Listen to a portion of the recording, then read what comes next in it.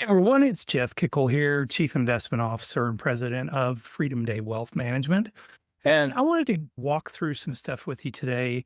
This is something that I've covered on a couple of the shows that I do on a weekly basis.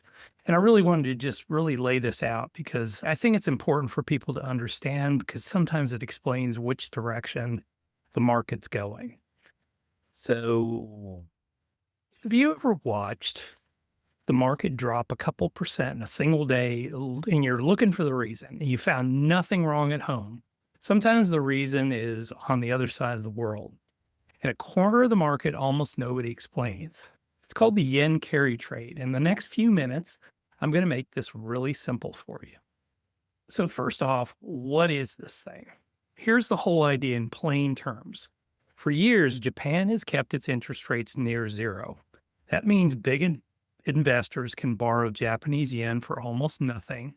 So they borrow it, convert it into dollars, and buy things that pay more: US stocks, US bonds, higher yielding assets all over the world. They pocket the difference between the near zero cost of that loan and the higher return on what they bought. Add a little leverage, and a small gap becomes real money. And as long as the yen stays weak and quiet, it feels like easy money. That's called the carry trade, which is fine and dandy until the math breaks. Now, here's the catch. It's and this is the part that matters to you the most. The whole thing depends on the yen staying weak. If the yen suddenly gets stronger, or if Japan raises rates or steps in to defend the currency, the math flips.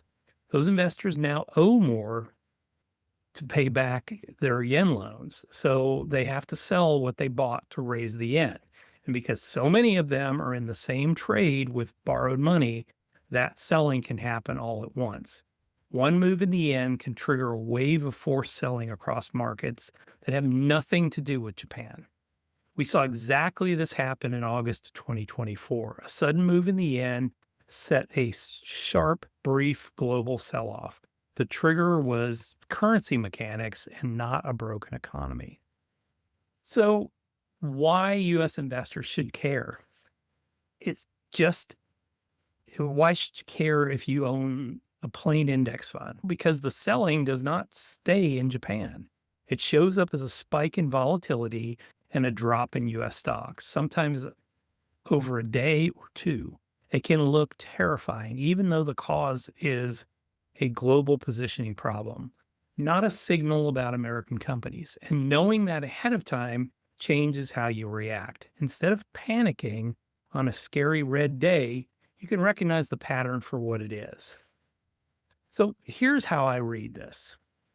I watch the yen. I watch Japan's central bank, what they're doing. And most of all, I watch credit.